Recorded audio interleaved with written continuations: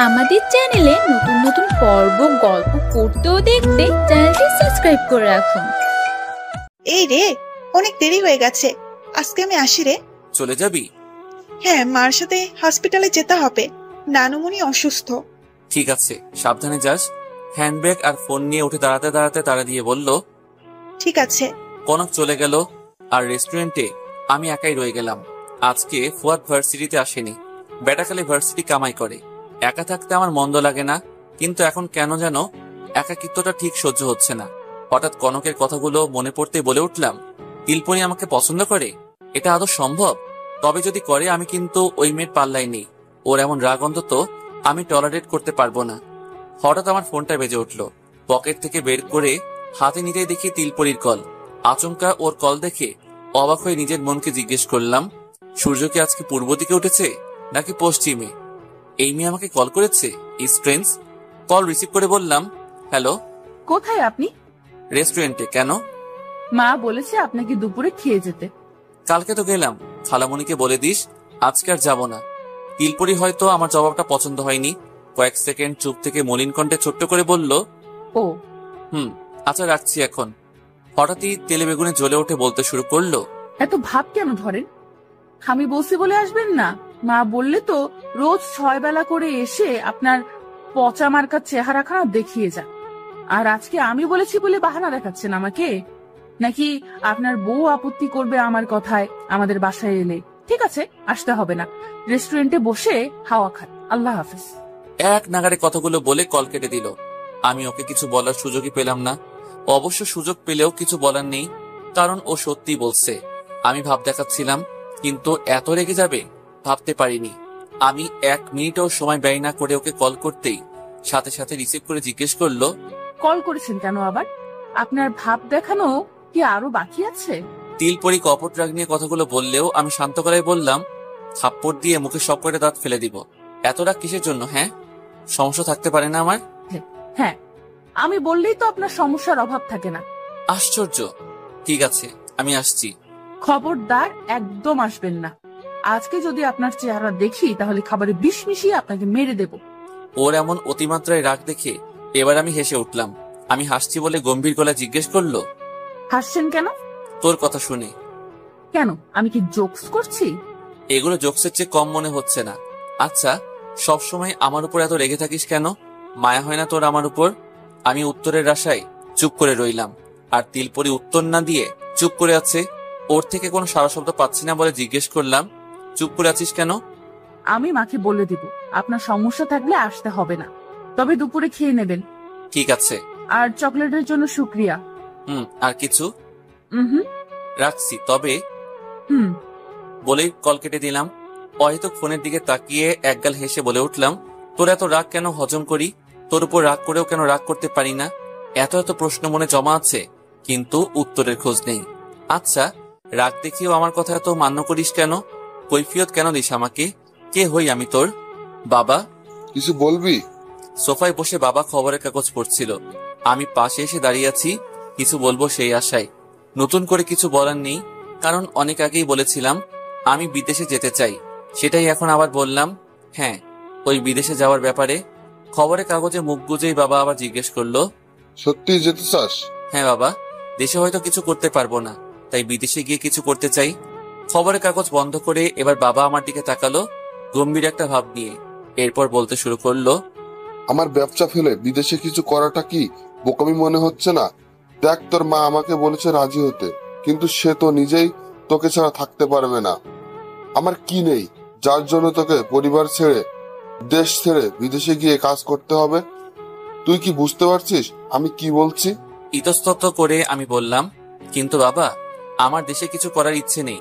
আমি আমার মতো করে নিজেকে প্রতিষ্ঠিত করতে চাই। বসা থেকে উঠে দাঁড়িয়ে আমার কাঁধে হাত রাখলো বাবা। হতাশ গলায় বলতে শুরু করলো, কোনো কিছুই তো জোর করি না, এটা নিয়েও জোর করবো না, কিন্তু কয়েকদিন সময় নিয়ে আবারও ভেবে দেখো, অহেতুক বিদেশ যাওয়াটা খুব জরুরি নাকি? এই বলেই বাবা চলে গেলেন। আমি গম্ভীর মুখে মাথা নিচু করে দাঁড়িয়ে রইলাম। এর মাঝে মা এসে বলল, ভাবি চল।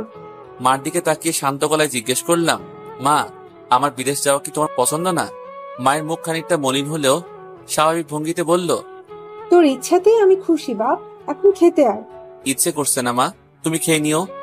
কিন্তু মাকে থামিয়ে দিয়ে বললাম, আমার সত্যি খিদে নেই মা, আমি রুমে গেলাম।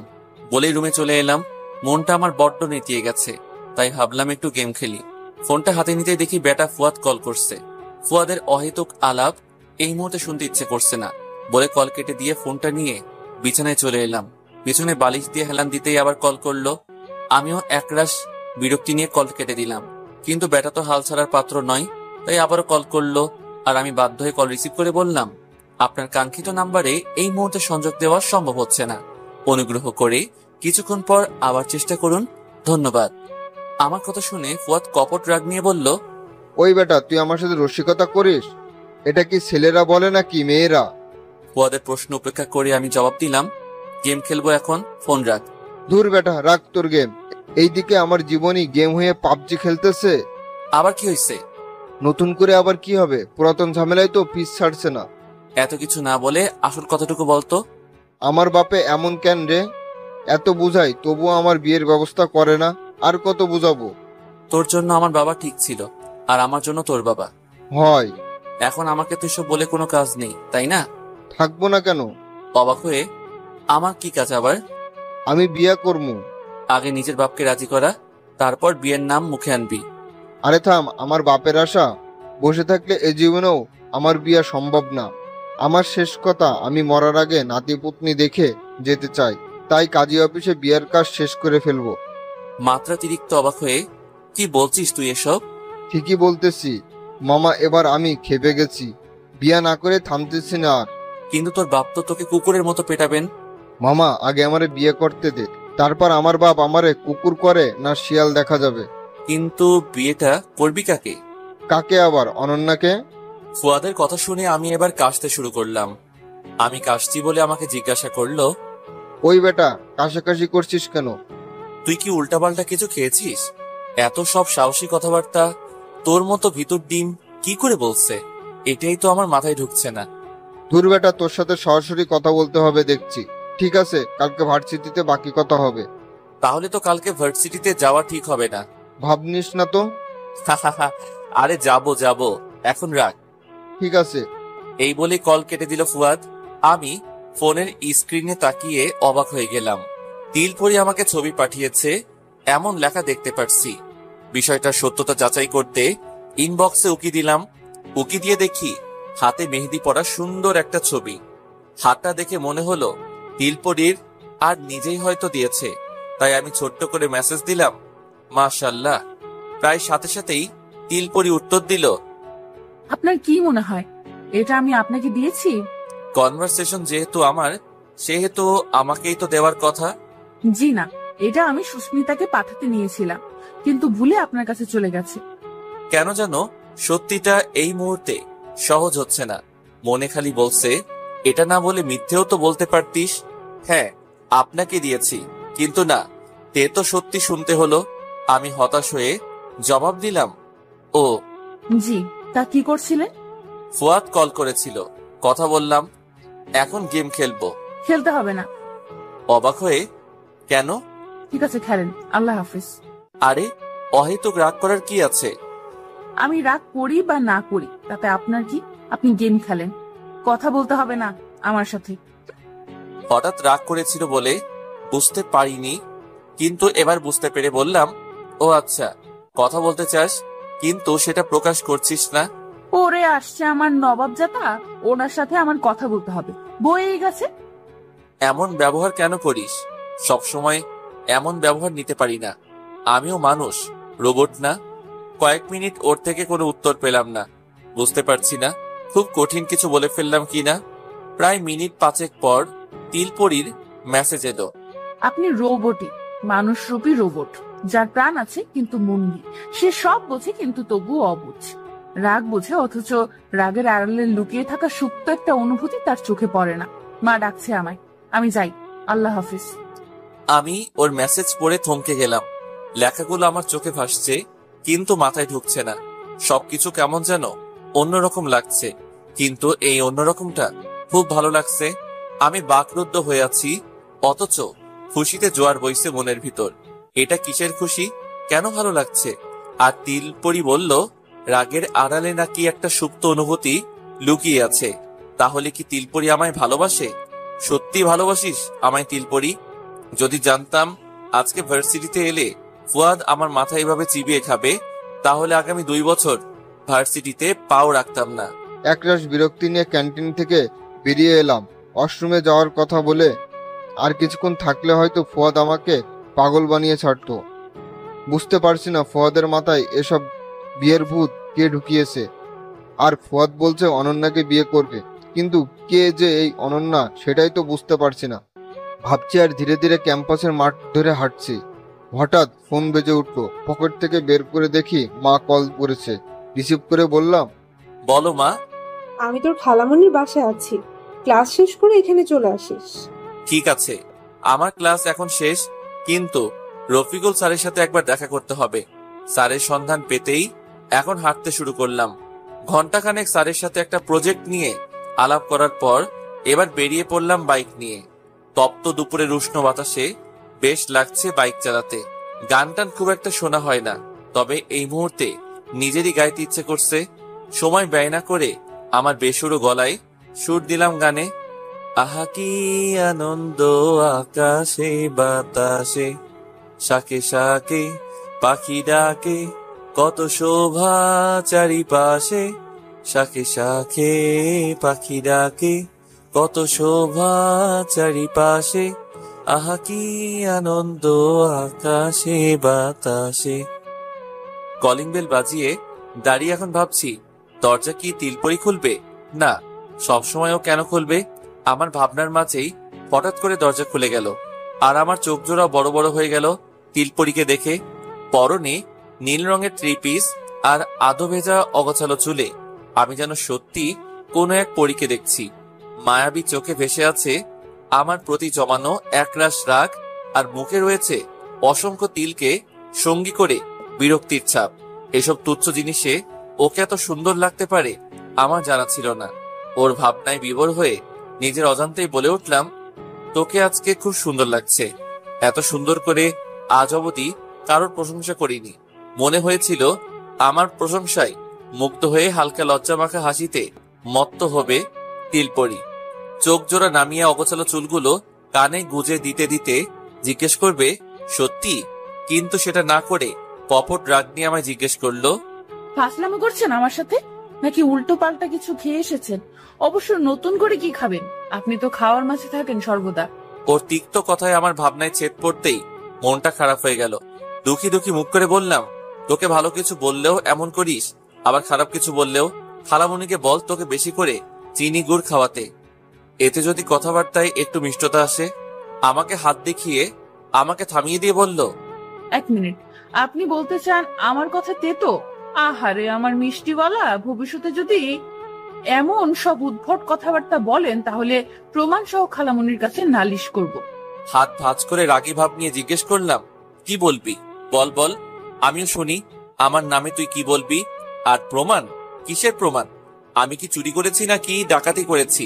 আমার প্রশ্নে তিলপরি চুপসে গেলেও শীতল কণ্ঠে বলল, এর চেয়েও বড় কিছু করেছেন। আপনি কাউকে খুন করেছেন, তবে তার প্রাণকে নয়, মনকে খুন করেছেন। আপনি একটা খুনি, হ্যাঁ অনেক বড় মাপের খুনি আপনি। কি বলছিস তুই এসব? আমার প্রশ্নের উত্তর না দিয়ে চলে যেতে চাইলে আমি ডাকতে লাগলাম, তিলপরি দাঁড়া বলছি। শুনলো না আমার কথা, ছুটে পালিয়ে গেল মেয়েটা। আমি ঘরে ঢুকে মা আর খালামণিকে খুঁজতে লাগলাম। হাঁটতে হাঁটতে চলে এলাম খালামণির রুমে। আমাকে দেখেই মা জিজ্ঞেস করলো, খাবি এখন নাকি পরে? এখনই খাবি? খুব ক্ষুধা লাগছে। খালামণি পাশ থেকে বলল, ঠিক আছে, তুই হাত মুখ ধুয়ে ফ্রেশ হয়ে আয়। আমি কথা মনিকে বলছি খাবার দিতে। মাত্র ওর সাথে কথা কাটাকাটি করলাম, এখন আবারও খাবার দিবে বিষয়টা ভালো লাগছে না বলে আমি খালামণিকে বললাম, টেবিলে সব থাকলে আমি নিজে নিয়ে খেতে পারবো খালামণি। কি যে বলিস তুই বাবা, নিজে নিয়ে কেন খাবি? তুই যা, আমি ওকে পাঠাচ্ছি। আমি আর কথা বাড়ালাম না, হয়তো সেক্ষেত্রে বেয়াদবি হতে পারে। নিঃশব্দে রুম থেকে বেরিয়ে এসে ফ্রেশ হয়ে নিলাম। ডাইনিং রুমে পা রাখতে দেখি মুখখানা গম্ভীর করে তিলপরি আমার জন্য খাবার সাজিয়ে রাখছে। আমি চেয়ার টেনে বসে ওকে জিজ্ঞেস করলাম, খেয়েছিস? উত্তর না দিয়ে আমাকে কেবল খাবার দিয়ে যাচ্ছে। আমি আবার জিজ্ঞেস করলাম, খেয়েছিস নাকি দুপুরে? বলবো না। কেন? না, খাইনি। তাহলে আমার সাথে খেয়ে নে। খাবো না, কেন? প্লেট নিয়ে এসে বসছি। বারবার মানা করে আবার উত্তর দিচ্ছে। খুব অদ্ভুত লাগছে বিষয়গুলো, কিন্তু আমি ওকে কিছু না বলে খাওয়ায় মন দিলাম। তিলপরিও খাবার নিয়ে বসে পড়লো। আমি খাওয়ার ফাঁকে ওকে এক নজর দেখে নিলাম। আদবেত চুলগুলো এখন খোপা করে কাঠি গুজে রেখেছে, এভাবেও বেশ লাগছে। ইদানিং আমার কি হয়েছে বুঝতে পারছি না। ওকে যে অবস্থায় দেখি না কেন আমার কেবল তাকিয়ে থাকতে ইচ্ছে করে। এই রোগের নামটা খুঁজে বের করতে হবে, সাথে চিকিৎসারও খোঁজ করতে হবে, নয়তো তিলপরি ভাববে আমি ওকে চোখ দিয়ে গিলে খাচ্ছি, গলায় কাটা বিঁধবে। আমাকে না দেখে খাওয়ায় মন দিন। মাথা নুইয়ে ভাত নাড়াচাড়া করতে করতে বেশ শান্ত গলায় আমাকে অপমান করে ফেললো। আমি তো বাকরুদ্ধ হয়ে বসে ভাবতে লাগলাম আমার মনের কথা এই মেয়ে কি করে বুঝলো, কি করে জানলো যে আমি এটাই ভাবছিলাম। ফেস রিডিং করতে জানে নাকি? আমি জবাব দিলাম না বলে ও চোখ তুলে তাকালো, ভ্রু নাচিয়ে ইশারায় জিজ্ঞেস করলো কি? মুখের খাবারটুকু কোন রকমে গিলে জবাব দিলাম কিছু না। চেয়ার ছেড়ে উঠে দাঁড়িয়ে বলল, আমার খাওয়া শেষ, আপনার কি আর কিছু লাগবে? না। ঠিক আছে। এই বলে তিলপরি চলে গেল। আমি এবার একা একা বসে বাকি খাবারটুকু শেষ করতে লাগলাম। মনে মনে অবশ্য ভাবতেও লাগলাম সবকিছুতে এমন প্রেম প্রেম আর ভালোবাসা ভালোবাসা অনুভব হচ্ছে কেন? মনে হচ্ছে ভালোবাসাটা আমাকে হাতছানি দিয়ে ডাকছে, কিন্তু আমি তাকে ঠিক ধরতে পারছি না, হয়তো ধরতে চাইছি না। বিকেল 5টা। ড্রয়িং রুমে মা আর খালামণির মাঝে চলছে আমাকে নিয়ে তর্ক বিতর্ক। খালামণি বলছে আমার বিদেশে যাওয়ার সিদ্ধান্তটা একদম সঠিক, আর মা বলছেন এখানে থাকলে হয়তো ভালো হতো, যেহেতু আমি উনাদের একমাত্র সন্তান। সোফার এক কোণে ফোনটা হাতে বসে এক কান দিয়ে এসব ঢুকিয়ে অন্য কান দিয়ে বের করে দিচ্ছি। কতক্ষণ আর এসব শুনবো? তাই খুব আস্তে করে উঠে দাঁড়ালাম পালাবার তালে, কিন্তু উঠে দাঁড়াতেই মা জিজ্ঞেস করলো, কোথায় যাচ্ছিস?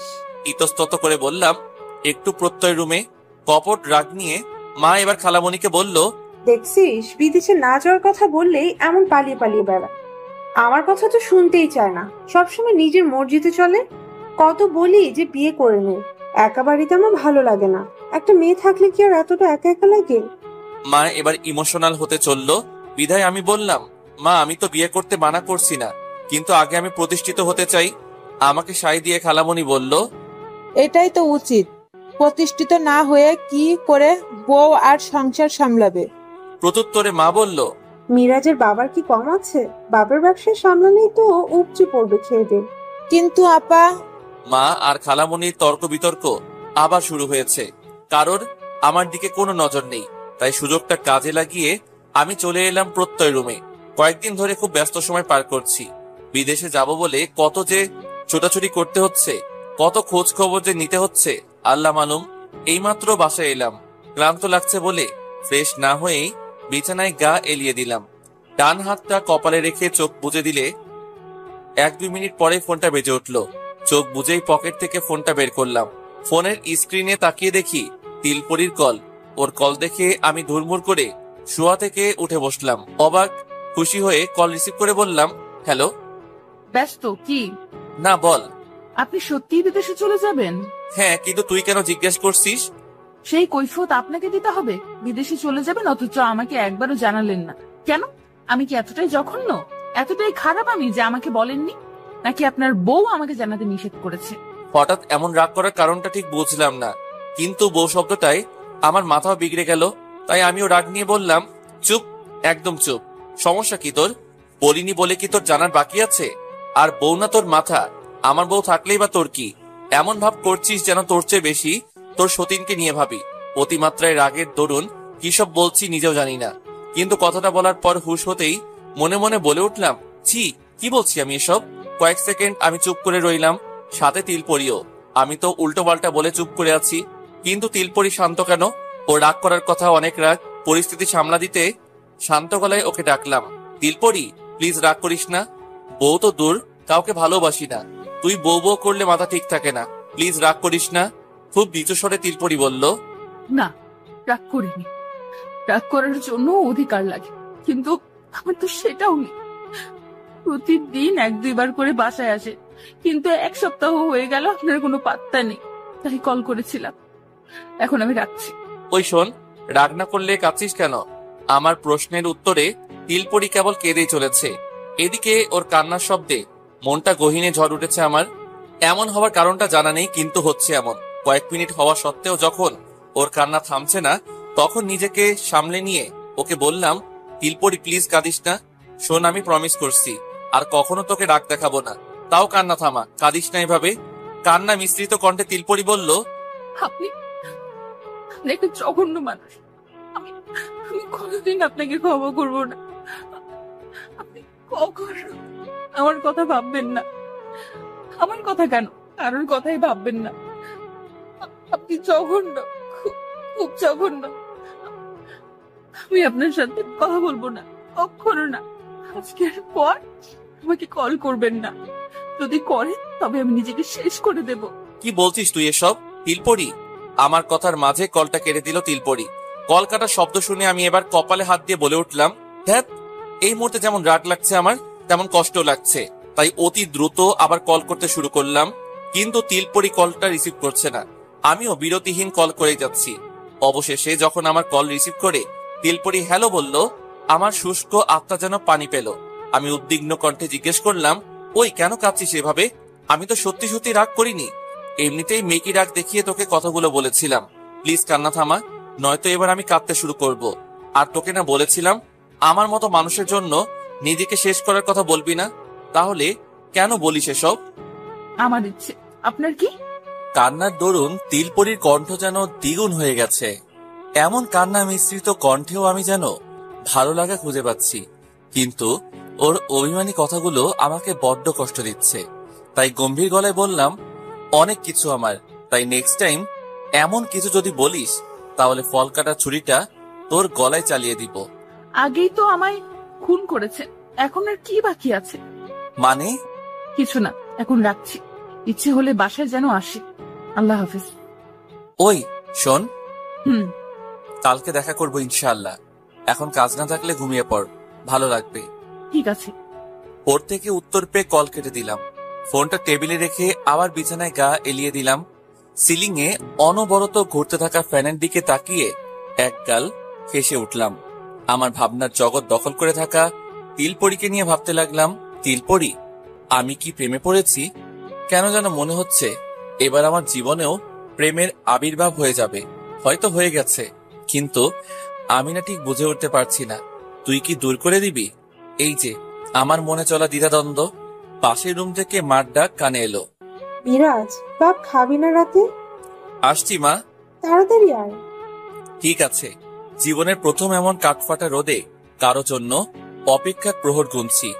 ইদানিং আমার সাথে অনেক কিছুই হচ্ছে, যেসব ঘটনা বা বিষয়ের সাথে আমার পূর্বে পরিচয় নেই।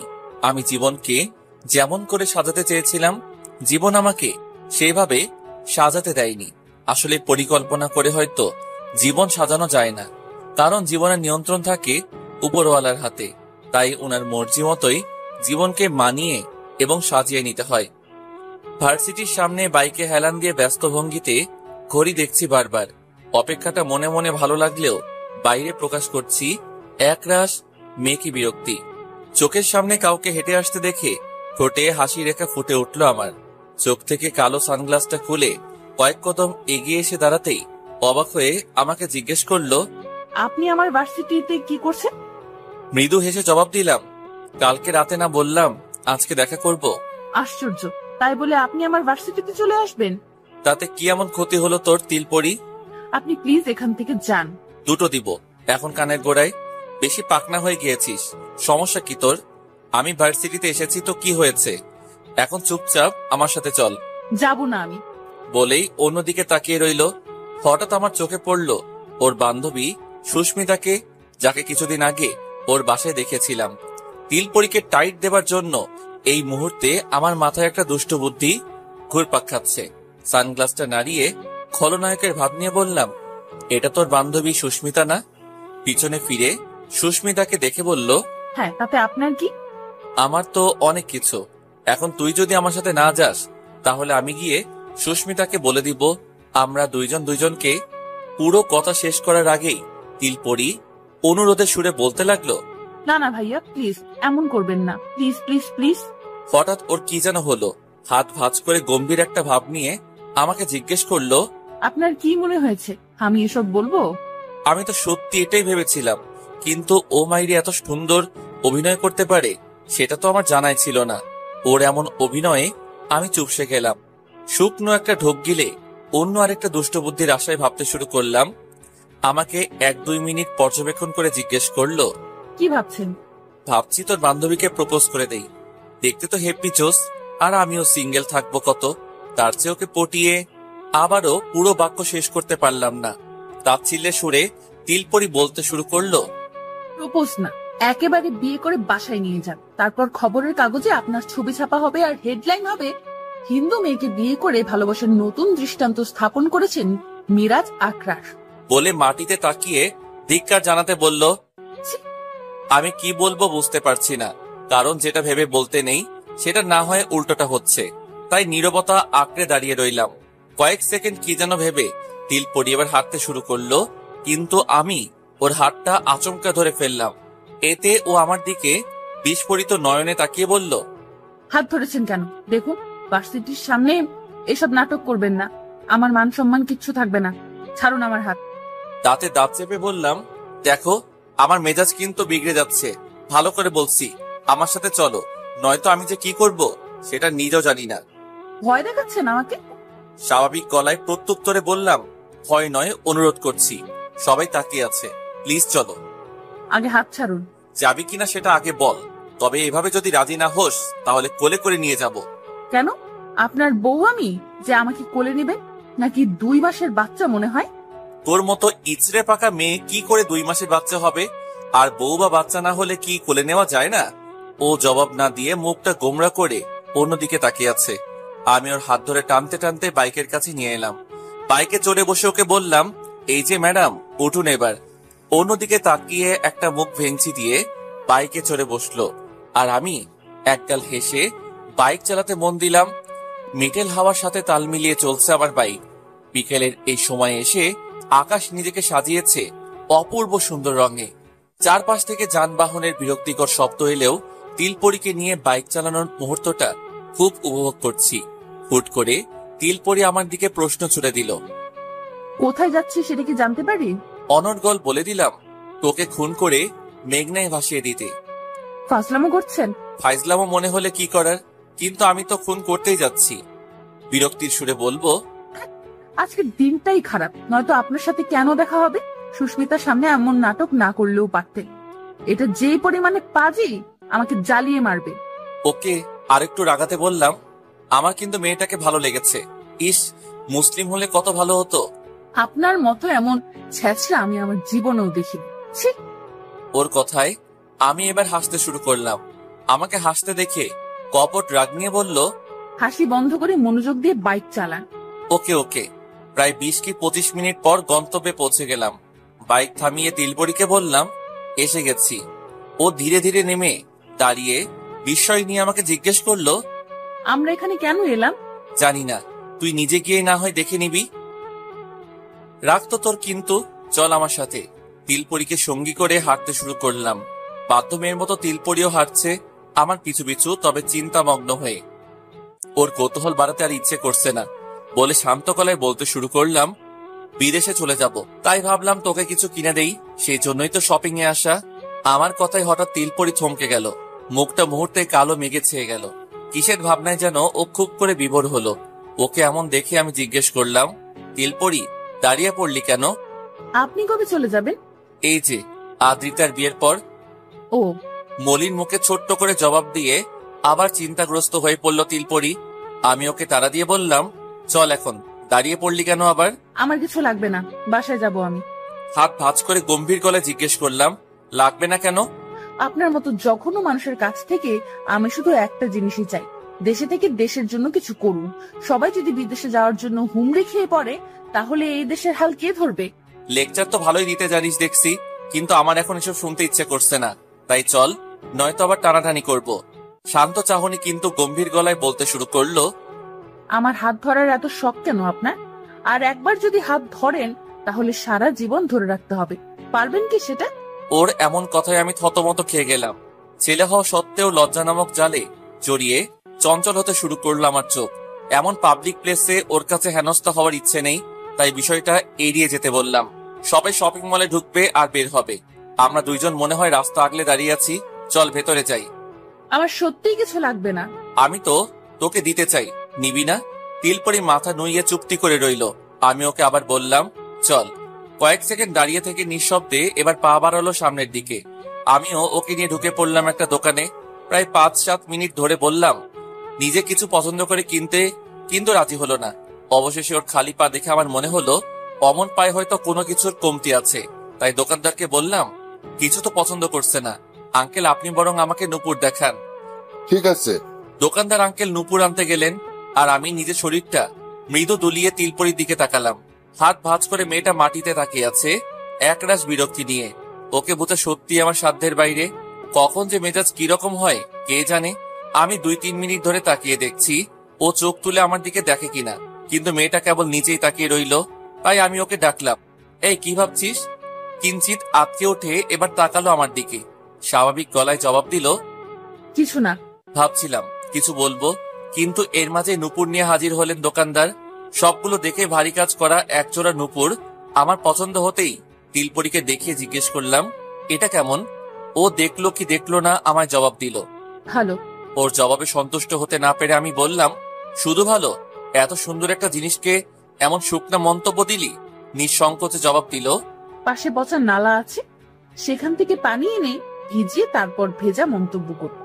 ওর কথায় দোকানদার হেসে উঠল। আমি ওকে কিছু না বলে দোকানদারকে বললাম, আঙ্কেল এটা প্যাকিং করে দিন। ঠিক আছে। নুপুর কিনে আর শপিং মল থেকে বেরিয়ে কিছু চকলেটও কিনে নিলাম। এরপর বাইকে চড়ে রওনা করলাম ওর বাসার উদ্দেশ্যে। বাইক চালাতে চালাতে হঠাৎ লক্ষ্য করলাম তিলপরি মুখখানা বেশ গম্ভীর করে বসে আছে। ছোট্ট আয়নাতে ওর মলিন মুখখানা দেখে খুব ইচ্ছে হলো কারণটা জানতে। তাই নরম সুরে জিজ্ঞেস করলাম, তিলপরি মন খারাপ কেন তোর? না, আমি ঠিক আছি। মিথ্যা কথাটাও ঠিক মতো বলতে পারিনি। আমার চোখে ওর মিথ্যা কথাটা খুব সহজেই ধরা পড়ে গেল, কিন্তু এই মুহূর্তে আর ইচ্ছে করলো না ওকে কিছু বলতে। তাই বাইক চালাতেই মন দিলাম। প্রায় 10 মিনিট পর ওর বাসার কাছে এসে বাইক থামালাম। সেই গম্ভীর মুখখানা নিয়ে তিলপরি নেমে দাঁড়াতেই বললাম, তিলপরি শোন। নিঃশব্দে আমার দিকে ঘুরে তাকালো। আমি সানগ্লাসটা খুলে জিজ্ঞেস করলাম, এবার বলতো কি হয়েছে তোর? বললাম তো কিছু হয়নি। চঞ্চল চোখে ওর বলা মিথ্যা কথাটা আমি বুঝতে পেরে ধমকের সুরে বললাম, বোকা পেয়েছিস আমাকে? বারবার বলছিস কিছু হয়নি কিছু হয়নি। কিছু যদি নাই হয় তাহলে তোর ফকফকা মনের আকাশে কালো মেঘ কেন জমে আছে? কারণ সূর্যটা নেই, হারিয়ে গেছে, হয়তো হারিয়ে যাবে। অবাক হয়ে, মানে? সারা জীবন মানে মানে করেই পার করে দিন। যেদিন মানেটা বুঝতে পারবেন সেদিন হয়তো খুব দেরি হয়ে যাবে। বলেই চলে যেতে নিলে আমি ওর হাত টেনে ধরি, আর ও আমার হাতটা এক নজর দেখে আর চোখে তাকিয়ে বলল, আবার আমার হাত ধরেছেন কেন? ভুলে গেছেন আমি কি বলেছিলাম? আর একবার হাত ধরলে সারা জীবন। ওর কথার মাঝে বলে উঠলাম, সারা জীবন হাত ধরে রাখার ক্ষমতা আমার নেই, কিন্তু তোর রাগ আর মিষ্টি অভিমানগুলো ভাঙানোর দায়িত্ব নিতে পারবো। আমার বিশ্বাস আমি পারবো তোর রাগ এবং অভিমান ধুয়ে মুছে তোর তিলওয়ালা মুখে হাসি ফোটাতে। তবে জানা নেই সে অধিকার আমার আছে কিনা। বলেই ওর হাতে নুপুর আর চকলেটের প্যাকেটটা ধরিয়ে দিয়ে হাত ছেড়ে দিলাম। সোজা হয়ে বাইক স্টার্ট দিতেই ও আমায় বলল, আমি আগেই বলেছি, অধিকার কেউ কাউকে দেয় না, অধিকার আদায় করে নিতে হয়। তবে কারো যদি আদায় করার ইচ্ছে না থাকে তাহলে সেখানে বলার মতো কিছু নেই। এবার আমি ওর দিকে তাকিয়ে বললাম, আমার চেয়ে ছোট হয়েও ভালোই লেকচার দিতে পারিস। লেকচার দিয়ে তো কোনো কাজ হচ্ছে না। পুরো ভামকে বুঝিয়ে বুঝিয়ে পাগল হয়ে যাচ্ছি, তবুও বোঝে না। তাই সারা ভাব নিয়ে বললাম, বুঝে কিন্তু বুঝতে চায় না। আমার কথায় হঠাৎ তিলপরির মুখ কাঁচুমাচু হয়ে গেল। লজ্জা নেমে এলো ওর চোখের পাতায়। অস্থিরতা বিরাজ করছে যেন ওর মাঝে। কি বলবে সেটা হয়তো বুঝতে পারছে না, কিন্তু আমি তো সবটা বুঝতে পারছি। তাই ওকে বললাম, বাসায় যা, খালামুনি চিন্তা করবে। হ্যাঁ সুযোগ মাথা নেড়ে ও চলে যেতে নিলে আমি বললাম, দিনকে দিন তোর রাগটা কমে আসছে, দ্যাটস মেক মি হ্যাপি। পিছন থেকে কথাটা শুনে সেইভাবেই ভেতরে চলে গেল। আমি ওর চলে যাওয়ার পথে তাকিয়ে থেকে একগাল হেসে উঠলাম। বাইক চালাতে শুরু করে আনমনে বললাম, তোর মন আকাশে সূর্যটা হয়তো আমি নিজেই, আর সেখানে মেঘ করেছে আমি থাকবো না বলে। বিদেশে যাওয়াটা আমার খুব জরুরি তিলপরি, তাই কারোর সেন্টিমেন্টাল কথাবার্তায় মিরাজ কান দেবে না। আমার সাথে এসব অভিনয় তুই কেন করলি? আমি জানলে কি তোর খুব বেশি ক্ষতি হয়ে যেত? আর যখন পুরো বিষয়টা লুকিয়ে রেখেছিস তখন আজকে কেন আমায় এসব বলছিস? কপট রাগ নিয়ে কিছু প্রশ্ন ছুড়ে দিলাম ফুয়াদের দিকে, কিন্তু বেচারা এমনিতে টেনশনে আধমরা হয়ে আছে। পাশের চেয়ারে বসে আছে অনন্যা ওরফে ফাহিমা। বেশ কিছুক্ষণ চুপ থেকে ধীরে ধীরে ফুয়াদ বলতে শুরু করলো, মামা রাগ করিস না, আসলে ফাহিমা আমাকে না কি আগে থেকে ভালোবাসে। তোর বাবা আর ওর বাবা আপন ভাই হলেও তো ঝগড়া করে আলাদা আছে, তাই ফাহিমা ভয়ে ছিল যদি তোর বন্ধুত্ব শুনে ফাহিমার বাবা রাজি না হয়। তো এতে আমার কাছে লুকানোর কি আছে? আজব, আমি কি তোর শত্রু ফুয়াদ? ফুয়াদকে করা প্রশ্নের জবাব দিল ফাহিমা। মিরাজ ভাইয়া, আমি অনেক ভয়ে ছিলাম। তোমার সাথে তো যোগাযোগ নেই অনেক বছর, অথচ পাশাপাশি বাসায় থাকি, আবার একই ভার্সিটিতে পড়ি। তাছাড়া ওনার কোনো দোষ নেই। আমি ওনাকে বলেছিলাম এসব তোমাকে বলতে। ভাইয়া, তুমি প্লিজ রাগ করো না, সবকিছুর জন্য আমি তোমার কাছে ক্ষমা চাইছি। না না, ঠিক আছে, কিন্তু এখন কিভাবে কি করবি? কিছু কি ভেবেছিস ফুয়াদ? প্রশ্ন করে তাকিয়ে রইলাম ফুয়াদের দিকে। সে জবাব দিবে এই আশায়, কিন্তু চিন্তায় মগ্ন ফুয়াদ কিছুটা সময় নিল জবাব দিতে। ভেবে চিন্তে হতাশ গলায় বলল, আমি আব্বাকে ভয় করছি না, তাই পালিয়ে বিয়ে বা রেজিস্ট্রেশন করে করতে আমার কোনো সমস্যা নেই। কিন্তু ফাহিমা ওর পরিবারের অমতে বিয়ে করতে চায় না। পরিবারের অমতে বিয়ে করার কি দরকার? দুই পরিবারের সম্মতিতে বিয়ে করলেই ভালো হবে। কিন্তু দোষ আমার আব্বাকে কে বুঝাবে? কারণ আগে ফাহিমার বাসায় বিয়ের প্রস্তাব আমাদের পরিবার থেকেই পাঠাতে হবে। তুই ভাবিস না, আমি দেখছি কি করতে পারি। আমার হাত চেপে ধরে বিনীতভাবে বলল, দোষ তুই আমাকে ক্ষমা করছিস তো? আরে কি সব বলছিস? ক্ষমার কথা কেন আসছে? তুই তো আমার দোস্ত। এসব ভাবনা বাদ দে, বিয়ের প্ল্যান করতে শুরু করে দে। ব্যস্ত ভঙ্গিতে ঘড়ি দেখে বললাম, আমি এখন আসি, সবাই হয়তো অপেক্ষা করছে। কোথায় যাবি? আদ্রিতার বিয়ের শপিং এ যাবে সবাই, তো আমাকেও যেতে হবে। ঠিক আছে যা। ফাহিমার দিকে তাকিয়ে বললাম, আসি রে। ওকে ভাইয়া। ক্যান্টিন থেকে বেরিয়ে হাঁটতে শুরু করলাম, সাথে ভাবতেও লাগলাম বাস্তবের সাথে স্বপ্নের সত্যি কোনো মিল নেই। দেখেছিলাম ফাহিমা আমাকে ভালোবাসে, কিন্তু বাস্তবে তার উল্টো হলো। ফাহিমা তো ফুয়াদকে ভালোবাসে। তবে এমনটা হওয়াতে আমি বড্ড খুশি হয়েছি। বেচারা ফুয়াদ সে কবে থেকে বিয়ে বিয়ে করছে, এবার অন্তত ওর বিয়ের সূর্যটা আকাশে উঠছে। যদিও মেঘের আড়ালে কিঞ্চিত ঢেকে আছে, তবে ইনশাআল্লাহ খুব শীঘ্রই মেঘ সরে গিয়ে ঝলমল করে উঠবে। মেয়েদের সাথে শপিং এ আসার চেয়ে যুদ্ধ করা ঢের ভালো। 101 দোকান দেখলেও তাদের পছন্দ হয় না। দিনব্যাপী দোকানে দোকান ঘুরতেই থাকে আর সামগ্রী দেখতেই থাকে, অথচ পছন্দ করা কিংবা কেনার কোনো খবর থাকে না। সেই কখন থেকে শপিং মলে দাঁড়িয়ে থাকতে আর হাঁটতে গিয়ে আমার পা দুখানা কমায় চলে গেছে। কিন্তু সবার শপিং এখনো চলছেই অবিরাম।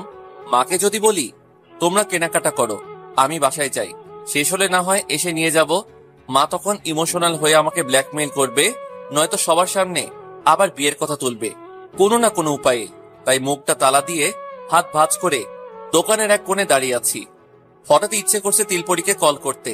7-5 না ভেবে ফোনটা বের করে কল করলাম। হ্যালো, বলুন। কি করছিস? মাঝ রাস্তায় দাঁড়িয়ে লুঙ্গি ডান্স দিচ্ছি। আপনার কোন সমস্যা? তুই নাচতে জানিস আর আমি সেটা জানি না? এমন একটা গুণ তুই লুকিয়ে রেখে ঠিক করিসনি তিলপরি। মজা করছেন? সবাই শপিং এ ব্যস্ত, একা একা দাঁড়িয়ে থাকতে খুব বোরিং লাগছে, তাই ভাবলাম একটু তোর সাথে কথা বলি।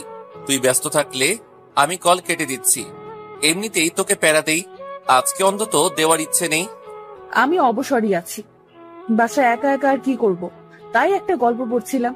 আপনি কথা বলুন, সমস্যা নেই। না থাক। বলছি না কথা বলুন। ওকে রাগাতে আবারও বললাম, না থাক, তুই গল্পই পড়। আমার ভাবনা মতো এবার সত্যি তিলপরি রেগে গেল আর রাগের সহিত বলতে শুরু করলো, ভাব দেখাচ্ছেন? বলছি না কথা বলতে। সব সময় আমার সাথে কেন এমন ভাব দেখার? ঠিক আছে, আপনি থাকেন আপনার বোরিং নিয়ে, আমি ফোন রাখলাম। আমি তাড়া দিয়ে বললাম, ওই শোন শোন, ফোন রাখিস না, আমি তো মজা করছিলাম। কেন এমন করেন আমার সাথে? আমাকে অহেতুক রাগে কি মজা পান? সবার কাছে আমার রাগটা বোধ হয় তামাশার জিনিস হয়ে গেছে। কারোর কিচ্ছু আসে যায় না আমার রাগে, কেউ বুঝেও না আমার রাগটা। ওই কে বললো তোকে তোর রাগ তামাশার জিনিস? আর যায় আসে না এটা কেন বললি? যদি নাই আসবে যাবে, তাহলে আমি কেন তোর রাগী মুখটা দেখলে অস্থির হয়ে পড়ি, তোর রাগ ভাঙাবার জন্য ব্যতিব্যস্ত হয়ে পড়ি? এক নাগারে কথাগুলো বললাম, কিন্তু ফোনের ওপাশে পিন পতন নীরবতা। তিলপরি কিছু বলছে না, হয়তো ভাবছে বলে, তাই আমি ওকে ডাকলাম, তিলপরি। আপনি এখন বাসায় আসেন না কেন? ওই দিন তো দেখা করলাম তোর সাথে। সেটা তো 4-5 দিন আগের কথা। আগে তো প্রতিদিন আসেন, কম হলেও একবার, কিন্তু ইদানিং আসেন না কেন বলুন তো? আজকে তুই সবার সাথে শপিং এ এলেই তো দেখা হতো, আসলি না কেন? আমার এসব শপিং টপিং ভালো লাগে না। তাই ইচ্ছে করেই যাইনি, আর ভার্সিটি থেকে আসতে দেরি হবে ভেবেছিলাম, তাই মামার বাসায়ও যাইনি। হঠাৎ কি ভেবে যেন বলে দিলাম তুই না অন্যরকম। আবার উদ্ভট কথাবার্তা বলছেন? আচ্ছা, আমি যাই বলি তোর উদ্ভট মনে হয় কেন? আর এমন শান্ত মেজাজের মেয়ে হওয়া সত্ত্বেও আমার জন্য এত এত রাগ তুলে রাখিস কেন? সেই কারণটা আপনি জানেন এবং বোঝেন, তাহলে আমায় আবার কেন জিজ্ঞেস করছেন? সেটা যে ভুল আর মিথ্যা আমি বলার বহু চেষ্টা করছি এবং করে যাচ্ছি, কিন্তু তুই তো শুনতেই চাস না। বাদ দিন এসব। খেয়েছেন দুপুরে? না। কেন? সুযোগ পাইনি। আপনি কি সবাইকে কাপড় চোপড় পছন্দ করে দিচ্ছেন? না, আমি তো খাম্বার মতো কেবল দাঁড়িয়ে আছি। তাহলে যান, চটপট কিছু খেয়ে আসুন। ইচ্ছে করছে না। আর একবার শুধু বলবো খেতে, যদি না যান তাহলে আমি যে কি করব সেটা আমি নিজেও জানি না। তাই সারা ভাব নিয়ে জিজ্ঞেস করলাম, কি করবি? আমায় খুন করবি? না, আমি নিজের ক্ষতি করতে রাজি, অন্য কারো নয়। ঠিক আছে, যাচ্ছি। খেয়ে আবার কল করে জানাবেন। অবাক হয়ে জিজ্ঞেস করলাম, আবার জানাতেও হবে? Yes, cause I don't trust you. ঠিক আছে, জানবো। এখন রাখছি। হুম। কল কেটে ফোনটা হাতে মার সামনে এসে দাঁড়িয়ে বললাম, মা কিছু বলবি বাপ? তোমরা কেনাকাটা করো, আমি বরং কিছু খেয়ে আসি। পাশ থেকে খালামণি জিজ্ঞেস করলো, তুই না খেয়ে আসছিস? হ্যাঁ, ইচ্ছে করেনি তাই দুপুরে খাইনি। মা বলল, ঠিক আছে, তাহলে কিছু খেয়ে আয়, তাড়াহুড়ো করিস না, আমাদের এখনো অনেক দেরি। যদি আমি আসার আগে শেষ হয়ে যায় তাহলে আমাকে কল করবে। ঠিক আছে। খাওয়া দাওয়া শেষ করে রেস্টুরেন্টে বসে আছি। ভাবলাম খাওয়া তো শেষ, এবার ওকে কল করে জানিয়ে দেই। ফোনটা হাতে নিয়ে চটপট ওকে কল করলাম। প্রায় সাথে সাথেই কলটা রিসিভ করে বলল, হ্যালো। ফোন কি হাতে নিয়ে বসেছিলি? আমার ফোন আমি হাতে নিব কি পায়ে তাতে আপনার কি? খেয়েছেন কিনা সেটা আগে বলুন। হ্যাঁ রে বাবা, খেয়েছি। তা কি করছিস? গল্পই পড়ছি। এখনো? হুম। কোন গল্প? সে ভালোবাসে নাকি বাসে না? সুমধুর কণ্ঠে আবারও তিলপরি বলল, সে ভালোবাসে নাকি ভালোবাসে না? ছোট্ট এই বাক্য মুহূর্তেই অনুভব করলাম নিজের মাঝে থাকা সমস্ত ক্লান্তি আর অবসাদ দূর হয়ে গেছে। একটা অন্যরকম ভালো লাগা কাজ করছে নিজের মাঝে, আর আমার মনটাও বেখেয়ালি হয়ে গেছে। বেখেয়ালি মন নিজের অজান্তেই ওকে বলে উঠল, হয়তো বাসে। মানে? তিলপরির প্রশ্নে কিঞ্চিত আটকে উঠলাম আর বুঝতে পারলাম আবারও কিছু একটা উল্টাপাল্টা বলছি। তাই অতি দ্রুত প্রসঙ্গ বদলে বললাম, বাসায় তো একা, ভয় করছে কি? আমি রাতেও একা ছিলাম 12টা অবধি। মা যখন মামার বাসায় ছিল প্রত্যয়কে নিয়ে। অবাক হয়ে জিজ্ঞেস করলাম, বলিস কি, ভয় করেনি? না, মুভি দেখে সময় কাটিয়েছিলাম, আর পরে বাবা বাসায় চলে এসেছিল। তাছাড়া আমার একা একাই ভালো লাগে। হঠাৎই আমার সুস্মিতার কথা মনে পড়লো বলে জিজ্ঞেস করলাম, তোর বান্ধবী সুস্মিতা কেমন আছে রে? 0118992। ফোন নাম্বারের মতো কিছু একটা বলল তিলপরি, কিন্তু আমার ঠিক বোধগম্য হচ্ছে না বলে ওকে জিজ্ঞেস করলাম, এসব কি? এটা সুস্মিতার ফোন নাম্বার, ওকে কল করে নিজেই জেনে নিবেন। রাখছি এখন, আল্লাহ হাফিজ। ওই শোন, আমার ডাকাডাকি সম্পূর্ণ উপেক্ষা করে কলটা কেটে দিল। ফোন হাতে ভাবছি ওকে কল করব, কিন্তু পরক্ষণে আবার মনে হলো, এত রাগ যখন আমার উপর, তাহলে রাগ নিয়ে বসে থাক।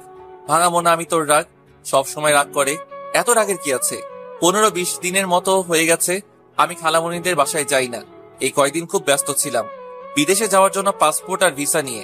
আজকে হাতে কোনো কাজ নেই, আবার ক্লাসও নেই, তাই বাইকে চড়ে ছুটে এলাম খালামণিদের বাসায়। কলিং বেল বাজিয়ে আশা করেছিলাম তিলপরি দরজা খুলে দিবে, কিন্তু খালামণি এসে দরজা খুলে দিয়ে জিজ্ঞেস করলো, এতদিনে তোর আমার কথা মনে পড়লো?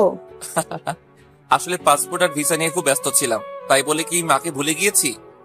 মনে রাখার নমুনা তো দেখলাম, একবারও এসে দেখা করে গেলি না। এই তো এসেছি। হ্যাঁ, 1 মাস পরে। আয় ভেতরে। চলো। এদিক সেদিক তাকিয়ে খুঁজতে শুরু করলাম তিলপরিকে, কিন্তু কোথাও না পেয়ে খালামণিকে জিজ্ঞেস করলাম, তিলপরি কোথায় খালামণি? ভার্সিটিতে গেছে, একটু পরে চলে আসবে। তুই বস, আমি একটু আসছি। ঠিক আছে। সকাল 11:30, সোফায় বসে কফিটা উপভোগ করছি আর ফাঁকে ফাঁকে ফেসবুকে উকিঝুঁকি বাড়ছি। হঠাৎ কলিং বেল বেজে উঠলো। মেইন দরজার সাথে ড্রয়িং রুম, তাই ভাবলাম দরজাটা আমি খুলে দিই। কফির মগটা টেবিলে রেখে চলে এলাম দরজা খুলতে। দরজা খুলে দেখি তিলপরি দাঁড়িয়ে আছে ক্লান্ত মনে। আমি হাসতে চেয়েও না হেসে মেকি রাগ নিয়ে জিজ্ঞেস করলাম, কে আপনি? আমার প্রশ্নে তিলপরি চোখ গিয়ে কপালে উঠল, কিছু বলছে না, কেবল গোল গোল চোখ করে তাকিয়ে আছে বলে আবার জিজ্ঞেস করলাম, বলছেন না কেন, কে আপনি? আবার একই প্রশ্ন শুনে চোখ মুখ খিচে তিলপরি পাল্টা প্রশ্ন করলো, আজকে কি উল্টাপাল্টা জিনিস বেশি খেয়েছেন? চেনা জানা না থাকলে কি মানুষ উল্টাপাল্টা জিনিস খায়? সরে দাঁড়ান তো সামনে থেকে, আমার অসহ্য লাগছে এই মুহূর্তে আপনাকে। আমি ঠাই জায়গায় এবার হাত ভাঁজ করে দাঁড়িয়ে গম্ভীর গলায় বললাম, আশ্চর্য, অপরিচিত একজনকে বাসায় ঢুকতে দিব কেন? এরপর তো আমাকে খুন করে বাসার সব জিনিসপত্র হাতিয়ে নিবে। ভার্সিটি থেকে হেঁটে এসে আপনার এসব আজেরা বকবক ভালো লাগছে না আমার। এসব বকবক নিয়ে অন্য কাউকে শোনান। বলে পাশ কাটিয়ে চলে গেল।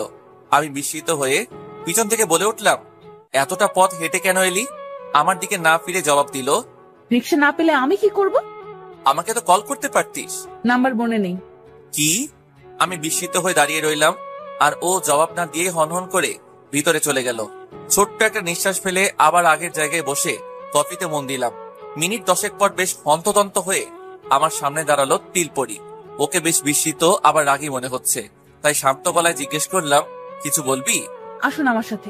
কোথায়? উফ, এত প্রশ্ন করেন কেন? বসি আসতে তো আসুন আমার সাথে। আমি উঠতে উঠতে খানিকটা জোরে নিজেকে বললাম, এই মেয়েকে নিয়ে যে কোথায় যাব? জাহান্নামে হয়েছে। বাজে কথা না বলে চলো তো। আর কথা না বাড়িয়ে আমাকে নিয়ে চলে এলো নিজের রুমে। এসে দেখি ওর বিছানায় কিছু উপন্যাসের বই ছড়িয়ে রেখেছে। সেগুলো দেখিয়ে আমাকে জিজ্ঞেস করলো, এগুলো আপনি এনেছেন? একটু হিরো হিরো ভাব নিয়ে বললাম, হ্যাঁ আমি এনেছি। হাত ভাঁজ করে কপট রাগ নিয়ে জিজ্ঞেস করলো, কেন? উপহার দিলাম। এতে কারণ খুঁজছিস কেন? আমি বলেছি আপনাকে আমায় উপহার দিতে? আপনি তো ঘরের গরু, তো আমায় কেন বই দিতে গেলেন? যান না গিয়ে সুস্মিতাকে দিন, নয়তো আপনার সিনিয়র বন্ধুকে। আমাকে কে বলেছে আপনায় উপহার দিতে? আমি তো একটা পাগল, তাই তো সবাই আমার সাথেই এমন করে। এক নাগারে কথাগুলো বলে এবার থামলো তিলপরি। ওর এমন কথাই ইচ্ছে করছিল রাগে ওকে ঠাস ঠাস করে কয়েকটা চল লাগাতে, কিন্তু আমাকে শাসিয়ে এখন পাগড়িটা নিজেই কাঁদছে। কান্নাটা যদিও লুকানোর চেষ্টা করছে, কিন্তু সেটা যে আমার চোখ এড়াতে পারিনি। আর ওর ছলছল করা চঞ্চল নয়ন দেখে আমার তীব্র রাগটা ভ্যানিশ হয়ে গেল। আমি ব্যতিব্যস্ত হয়ে জিজ্ঞেস করলাম, ওই রাগটাই তো ভালো ছিল, আবার কাঁদছিস কেন?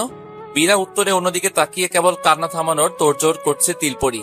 আমি আবারও জিজ্ঞেস করলাম, তিলপরি কেন কাঁদছিস? নিজেকে সামলে নিয়ে আমায় বলল, আপনি এখন যান, আমার কাজ। তাড়িয়ে দিচ্ছিস? হ্যাঁ। ঠিক আছে। আমি চলে যাবার জন্য পা বাড়াতে তিলপরি বলে উঠল, তাড়িয়ে দিলেই চলে যেতে হয়? ফিরে তাকিয়ে বললাম, সাময়িক সময়ের জন্য চলে যাচ্ছি, আজীবনের জন্য নয়। তোকে বড্ড ক্লান্ত লাগছে, খেয়ে দে বিশ্রাম কর। ঠিক আছে। কালকে তো রাগিয়েছিলাম, তাই জন্য বইগুলো এনেছি, যাতে তোকে কষ্ট করে প্রিন্ট বা সফট কপি পড়তে না হয়। এই বলে সাথে সাথে রুম থেকে বেরিয়ে এলাম, ওকে কিছু বলতে না দিয়ে। কখনো কখনো মানুষকে একা ছেড়ে দিতে হয়, তাহলে সে নিজেকে সামনে নেওয়ার চেষ্টা করে, হয়তো কষ্টটা কাটিয়ে উঠতে পারে। বন্ধুত্বের খাতিরে আজকে আমি ফুয়াদের বাবার মুখোমুখি হয়েছি ওর বিয়ের ব্যাপারে কথা বলতে। জানি না ওকে কোনো সাহায্য করতে পারবো নাকি, কিন্তু আমি সবটা দিয়ে চেষ্টা করবো ইনশাআল্লাহ। সোফায় বেশ গম্ভীর মুখ করে বসে আছেন আঙ্কেল, আর ওনার সামনে বসে আছি আমি। ফুয়াদকে না জানিয়ে আমি চলে এসেছি ওর বাসায়। যদি কিছু করতে পারি তাহলে এটা ওর জন্য সারপ্রাইজ হবে, আর ব্যর্থ হলে আঘাত হবে। আল্লাহর কাছে দোয়া করছি যেন এটা আঘাত না হয়ে চমক হয়। এত তাড়াতাড়ি বিয়ে দেওয়াটা আমার ঠিক মনে হচ্ছে না। তার উপর ছেলে মেয়েদের প্রেম টেম গঠিত ব্যাপার আমার মোটেই পছন্দ নয়। একজন মুরব্বী হিসেবে আঙ্কেল এসব নিয়ে আপত্তি করবেন, এটাই স্বাভাবিক, কিন্তু আমিও আমার মতো করে উনাকে বুঝিয়ে যাব। খানিকটা ভেবে শান্ত গলায় উনাকে জিজ্ঞেস করলাম, আঙ্কেল আপনার কত বছর বয়সে বিয়ে হয়েছিল? এই 25 বছরে। তাহলে আপনার ছেলে হিসেবে ফুয়াদেরও তো উচিত না 25 বছরে বিয়ে করার? আমার পাল্টা প্রশ্নে আঙ্কেল চুপসে গেলেন, ইতস্তত করে বললেন, কিন্তু এসব প্রেম। ওনাকে থামিয়ে দিয়ে বললাম, আঙ্কেল ওরা দুজন দুজনকে পছন্দ করে, না পেলে মরে যাবে বা সুইসাইড করবে, এমন হিংস্র ভালোবাসায় তারা নেই। ফাহিমা আমার আপন চাচাতো বোন, কিন্তু ফুয়াদ তো আমার বন্ধু, তাই দুজনের ভালো হবে এমন কিছুই আমি চাইবো। ফাহিমা এবং ফুয়াদ দুজনেই দুই পরিবারের অমতে বিয়ে করবে না, এটার গ্যারান্টি আমি আপনাকে দিলাম। আপনাদের অসম্মান হবে এমন কাজও করবে না ইনশাল্লাহ। আপনি শুধু একবার ফাহিমকে আনুষ্ঠানিকভাবে দেখে আসুন, ওর সাথে আর ওর পরিবারের সাথে কথাবার্তা বলার পর আপনার যদি মনে হয় ফুয়াদের জন্য ফাহিমা উপযুক্ত নয়, তাহলে আপনি যা চাইবেন তাই হবে। বিরতিহীন কথাগুলো বলে এবার থামলাম আমি। আঙ্কেল আমার কথাগুলো শুনে কি যেন ভাবছেন। দাড়িতে হাত বুলিয়ে বেশ গমগমে গলায় বললেন, ঠিক আছে, তুমি যখন বলছো আমি মেয়ের পরিবারের সাথে আলাপ করে দেখব, কিন্তু আমার সিদ্ধান্তই শেষ সিদ্ধান্ত, এটা ফুয়াদকে জানিয়ে দিও। ঠিক আছে আঙ্কেল। আমাকে এখন বাজারে যেতে হবে, তুমি নাস্তা করে যেও বাবা। না আঙ্কেল, আমাকে এখন বের হতে হবে। কালকে আমার মামাতো বোনের গায়ে হলুদ, তাই মাকে নিয়ে মামার বাসায় যেতে হবে। ঠিক আছে। উঠে দাঁড়িয়ে আদরের সহিত বললাম, আসি আঙ্কেল, আসসালামু আলাইকুম। ওয়ালাইকুম আসসালাম। ফুয়াদের বাসা থেকে বেরিয়ে সরাসরি চলে এলাম নিজের বাসায়। কিন্তু বাসায় পা রাখতেই মা রেগে মেগে বলতে লাগলো, ভাইজান আমাকে বারবার বলেছিল আদ্রিতার বিয়ের 1 সপ্তাহ আগে চলে যেতে, কিন্তু তোর জন্য পারলাম। আজকে তোর যদি বউ থাকতো তাহলে কি আমাকে আর হলুদ সন্ধ্যা অনুষ্ঠানের আগের দিন যেতে হয়? এবার মাকে খানিকটা বিরক্ত হয়ে বললাম, মা তুমি সবকিছুতে আমার বিয়ের ব্যাপার কেন টানো? আমি তো তোমাকে বলেছিলাম মামার বাসায় যেতে, কিন্তু তুমি তো রাজি হওনি। কি করে যাব? আমি চলে গেলে কি হাওয়া খেয়ে দিন পার করবে? মাকে পিছন থেকে জড়িয়ে ধরে বললাম, আল্লাদি সুরে বললাম, উফ মা, তুমি এত কেন ভাবো আমাকে নিয়ে? আমি তো বাচ্চা নই। আমার ডান গালে হাত রেখে মা বলল, সন্তানের চুলদাড়ি পাকলেও মায়ের কাছে আজীবন বাচ্চাই থেকে যায়। মায়ের কথায় মনে মনে খুব খুশি হলেও মুহূর্তেই হতাশায় ছেয়ে গেল আমার হৃদয়।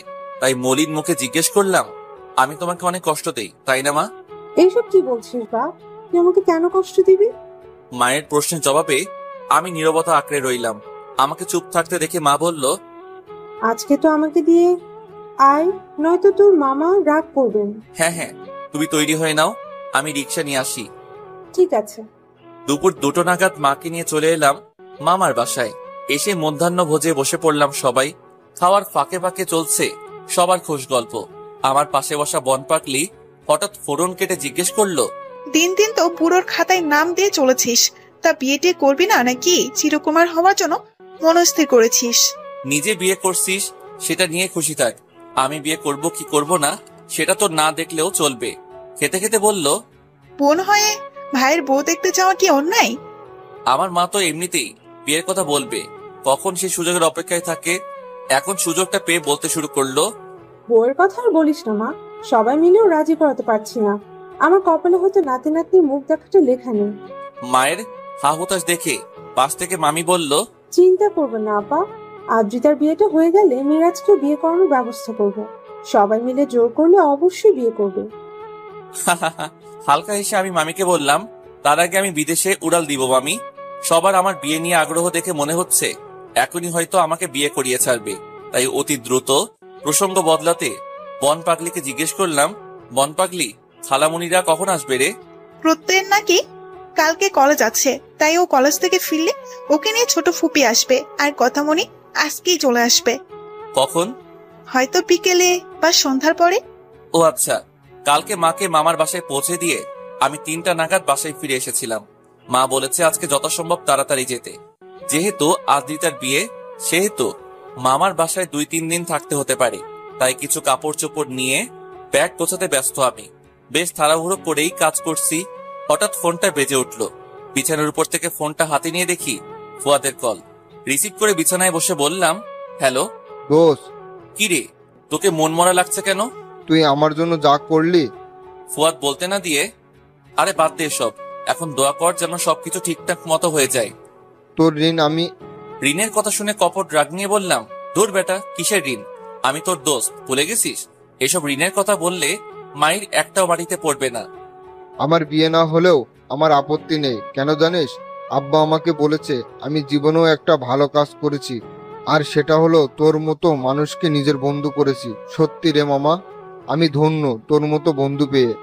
শালা রাখ তো তোর তারিফ, আমার দেরি হয়ে যাবে, ফোন রাখ। কই যাবি? আজকে না আদ্রিতার হলুদ সন্ধ্যা? ও হ্যাঁ, তা মামা তুই কি বলতে পেয়েছিস? ফুয়াদের কথা ঠিক বুঝতে পারলাম না, তাই জিজ্ঞেস করলাম, কাকে? আর কি বলবো? কথামণিকে? না। কেন? আসলে বিদেশে যাওয়া নিয়ে অনেক ব্যস্ত কয়েকদিন ধরে, তাই বিষয়টা মাথায় একদমই নেই। আর তিলপরি রাগটাও অনেকটাই কমে এসেছে। সবকিছু মিলিয়েই আমি বিষয়টা প্রায় ভুলে গিয়েছি। কিন্তু মামা আমার মনে হয় বিষয়টা বলে ফেলা উচিত, এটা আর ঢেকে রাখা না। দেখি। ঠিক আছে, তুই যা মামার বাসায়। জানে মন জানে তুমি যে আমার, তোমারই স্বপ্নে আমার রোজ পারাপার।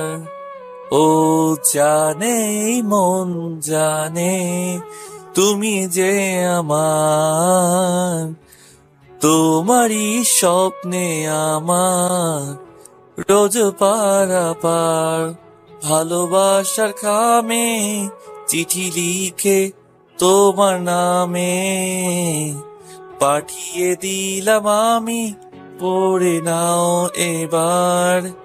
জানেই মন জানে তুমি যে আমার, তোমারই স্বপ্নে আমার রোজ পারাপার। শেষ বিকেলে মাথার উপরে থাকা আলতারাঙা আকাশটা দেখে স্বস্তিতে মনটা ভরে গেল। চারপাশে এত এত মানুষের হইচই উপেক্ষা করে ব্যাগ হাতে মামার বাড়িতে প্রবেশ করতে শুনতে পেলাম গানের সুর। বাসার নিচে হলুদ সন্ধ্যা অনুষ্ঠানের আয়োজন করা হয়েছে, কিন্তু এখনো কাজ বাকি আছে।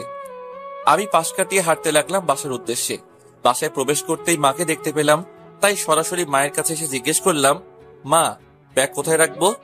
এখানে রেখে যা, আমি পরে তুলে রাখবো। ঠিক আছে। ব্যাগ রেখে সোজা হয়ে দাঁড়াতেই চোখে পড়লো প্রত্যয়কে। আমি হাত নাড়িয়ে ডাকতে লাগলাম, প্রত্যয়, এই প্রত্যয়। বিয়ে বাড়ি বলে মানুষের যেন কমতি নেই, পা ফেলবারও জায়গা নেই, এমন অবস্থা। প্রত্যয় এদিক সেদিক তাকিয়ে আমাকে খুঁজতে লাগলো। চোকাচুকি হতে মৃদু হেসে আমার কাছে ছুটে এসে দাঁড়াতে আমি জিজ্ঞেস করলাম, কখন এসেছিস? ঘন্টা দুয়েক আগে। তোর হিটার বোন কই? ফ্যালফ্যাল করে হাসতে লাগলো প্রত্যয়। আমি জিজ্ঞেস করলাম, হাসছিস কেন? না আসলে ভাইয়া, তুমি আপুকে হিটার বললে তো তাই। কোথায় আছে সেটা বল।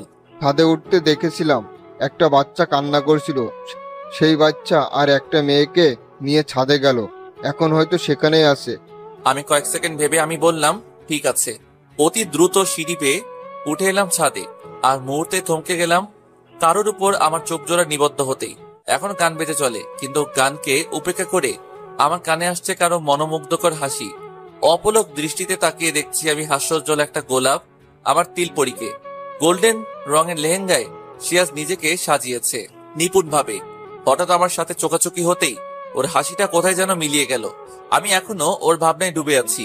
এর আগেও আমি বহুবার ওকে সাজতে দেখেছি, কিন্তু আজকে আমার কাছে ওকে অন্যরকম লাগছে, একদম অন্যরকম।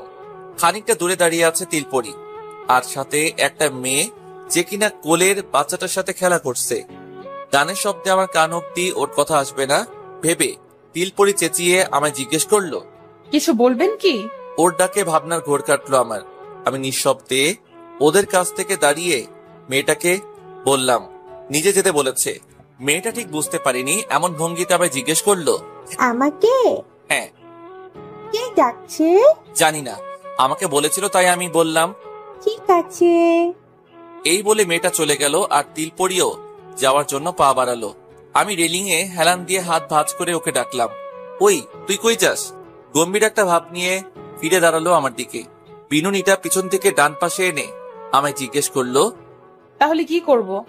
সব সময় মেয়েটার এমন গাম্ভীর্য আমার পছন্দ হয় না, এই মুহূর্তেও হচ্ছে না। তাই সোজা হয়ে ধমকে সুরে বললাম, থাপ্পড় দিয়ে কান লাল করে ফেলবো। এত ভাব কিসের তোর? চুপচাপ এখানে দাঁড়া। উল্টো ডাক দেখিয়ে আমায় বলল, আপনি কোন হরিদাস পাল যার আগে আমি ভয় পেয়ে যাব? বলে হাঁটতে শুরু করলো।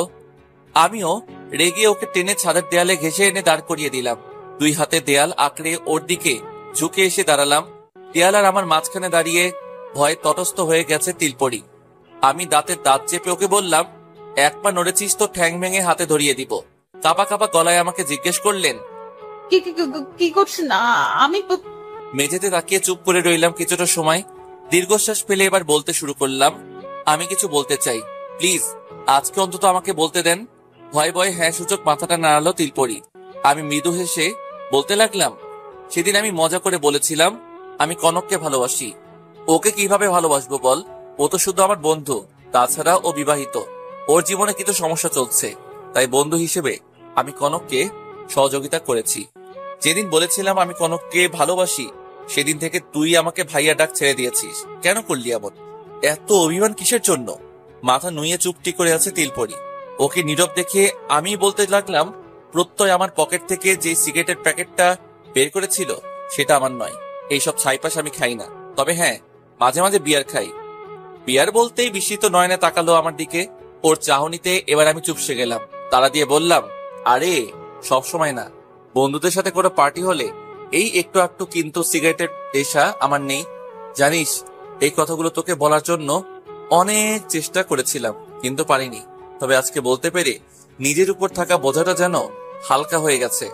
একটু বিরতিতে বললাম, সব তো বলে দিলাম, এখনো কি অভিমান করে থাকবি?